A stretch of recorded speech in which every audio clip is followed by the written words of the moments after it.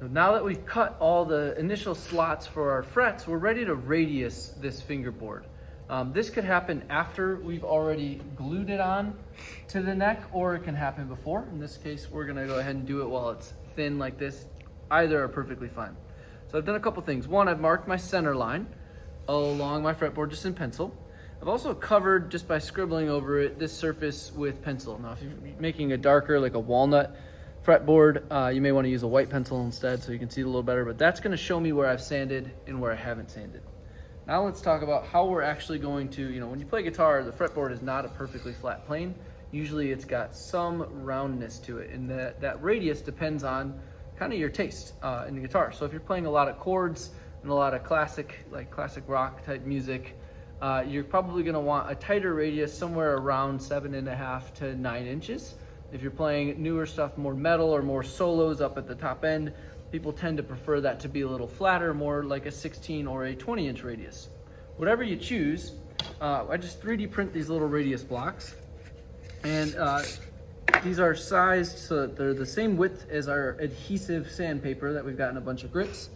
The length will just cut to whatever length of the particular block you've got in, doesn't matter. But all that's different from block to block is the radius of this curved area. So if we grab our 9.5-inch radius, you can see there, it's got a somewhat pronounced, it's far from being a flat surface there, versus our 20-inch radius is almost flat. It's still a little bit curved, but side by side, you can see the difference.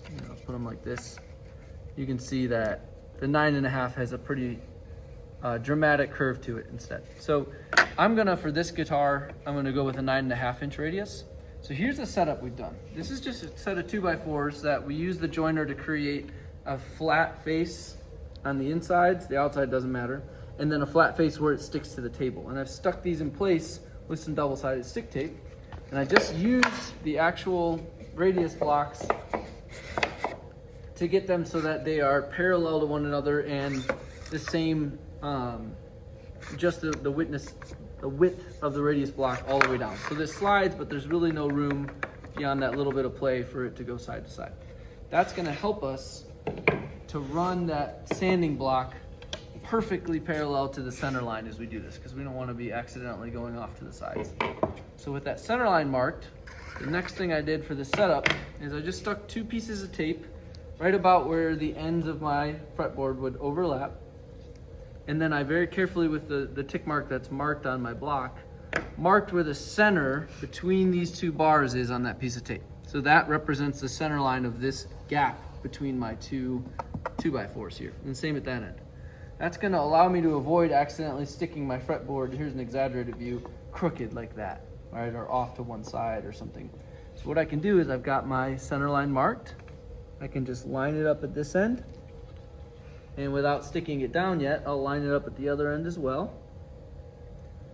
And once I get both of those aligned, I'll know that my fretboard center line matches the center line of the gap between these 2 boards, so that my radius block will be on center. So that looks good, and I'm gonna go ahead and press down. I've already got double-sided stick tape on the back, and now my fretboard is stuck in place, and its center matches the center of this cavern right here.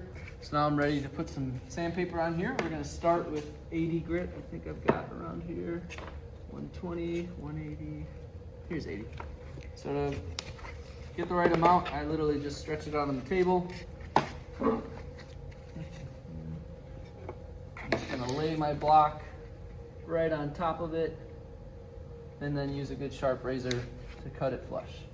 And we're gonna do that every time we switch grits. We're gonna unstick and then restick a new piece. I've got a correctly sized piece. Just gonna peel the backing off of it. A little easier if you got nails. And then we want to stick that right on to our block.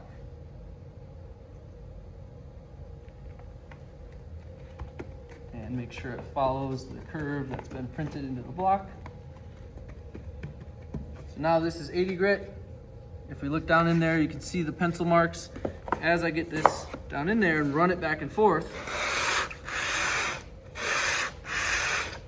it's first, I'm gonna sand away at the edges because my board is flat and I've got a curved rainbow shaped block. So I'm gonna run the full length.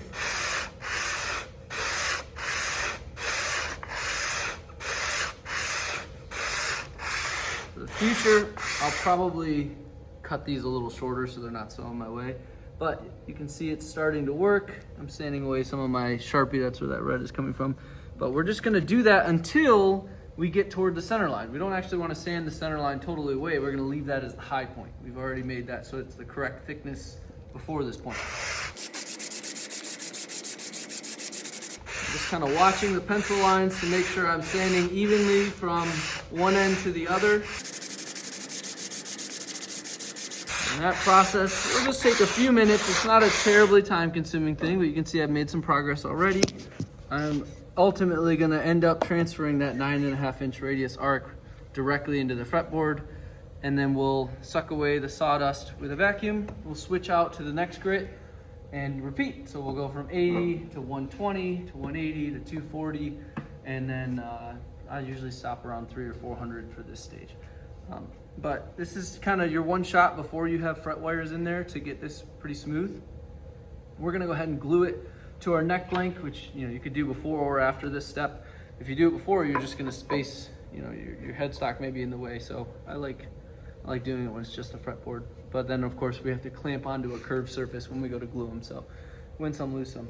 That's the basic process of how we set up for sanding and radiusing a fretboard that has already had the fret slots cut into it. All right, so I made these rails a little bit shorter just to make it a little easier, and I stuck a piece of wood onto my sanding block.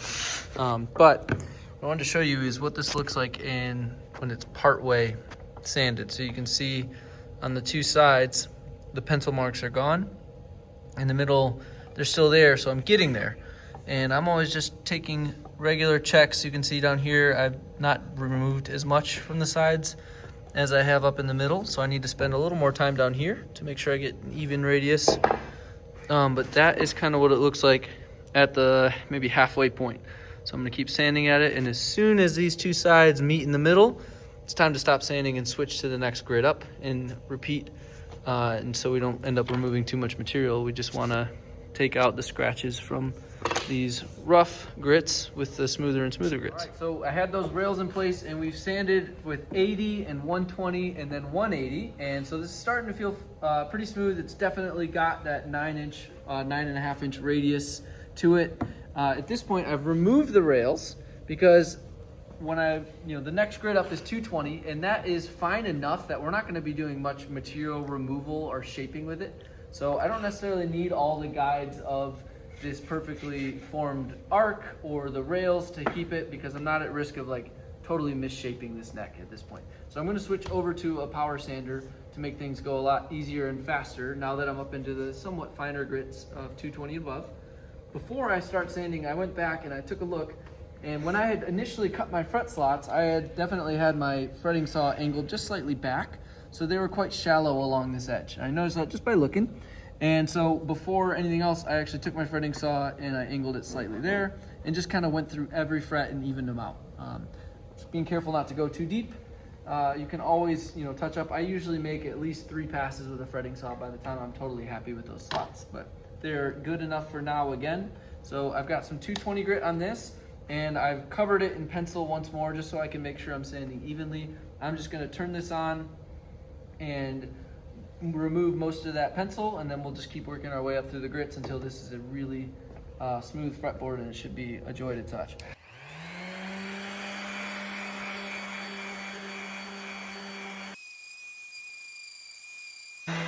Okay, one of the things I want to say is that first pass with these blocks and with 80, it takes a while, and you're probably going to work up a sweat. It's because you're taking that rectangular, that flat shape, and actually sanding this arc into it.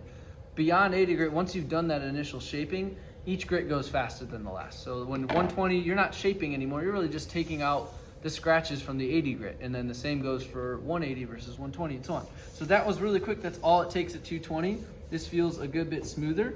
And then as I go up through each progressive grit, I'm gonna be removing less and less material. All I'm really doing is taking out the scratches and making it a little smoother. So from 220 I could go ahead and cover this in pencil again if I want that guide. I'm pretty confident in my ability to sand evenly, so I'm gonna skip that step and just work my way up by 50%. So whatever this number is, you wanna add about 50% to that. So my next grit's gonna be somewhere in the 300s, and then we'll just continue to work our way up.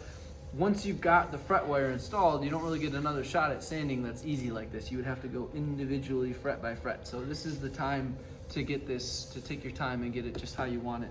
And it really does pay off. All right, we have sanded now. This was 320 grit, and this feels pretty darn good. It's quite smooth to the touch, but we're gonna talk about popping the grain, because right now, if you come in close, any wood has this grain structure. It's what makes it so pretty. You can see there are these lines where the wood looks different from the cell next to it. And those have varying densities, and they're gonna absorb water or moisture or oil or whatever we treat this with a little differently. So if I go ahead and sand this all the way up to 800 or 1000 grit, and I get it feeling perfect, as soon as I treat it with a finish, the finish is gonna be absorbed differently in different parts of the grain, and so it's gonna feel like it popped out at some areas, and it will suddenly not feel as smooth as it did before I applied that finish. That would be a bummer. It would feel like I wasted my time sanding. So instead, what we're gonna do is take, this is just paper towel I got wet at the sink, and I'm going to rub it all over this surface and get it just a little bit damp. And we could do this, to the backside and sides as well, but already, I know it doesn't come through on camera, I can feel how rough that feels. So it was very smooth before, and now all of a sudden it's almost like fuzzy because those wood fibers are sticking up and absorbing water to different degrees. So what I wanna let that do is just dry naturally. It only take a couple of minutes. I didn't soak it in water, just got it damp. But those fibers are gonna stay stuck up after it dries. And next time I come back with my next grit of sandpaper, I'll knock them down, and I'll have accounted for those differences so that when I finish sanding and I apply some oil or finish or whatever I apply to it, it'll stay feeling smooth. So this is not specific to guitar building. Popping the grain is a part of pretty much every woodworking project that I do at the sanding stage. So right now this feels really rough and fuzzy again, which is a bummer compared to how nice it was a second ago, but that's exactly what we want. So while that finish is drying, all I'm gonna do is go look for my next grit. So that should be a 400 in here. And as soon as that's dry, we're good to go ahead and resume sanding up through the grits. We'll go 400, then 600, then 800, and that'll probably be as far as I take this fingerboard. But in terms of dryness, you can see it's a little darker here. I can still feel that it's damp. I do want to let that dry out totally over the course of 5 to 10 minutes before I resume sanding. I don't really like sanding wet wood for a variety of reasons, but that's popping the grain. I recommend doing it after either 220 or 320 before you get too deep into the sanding.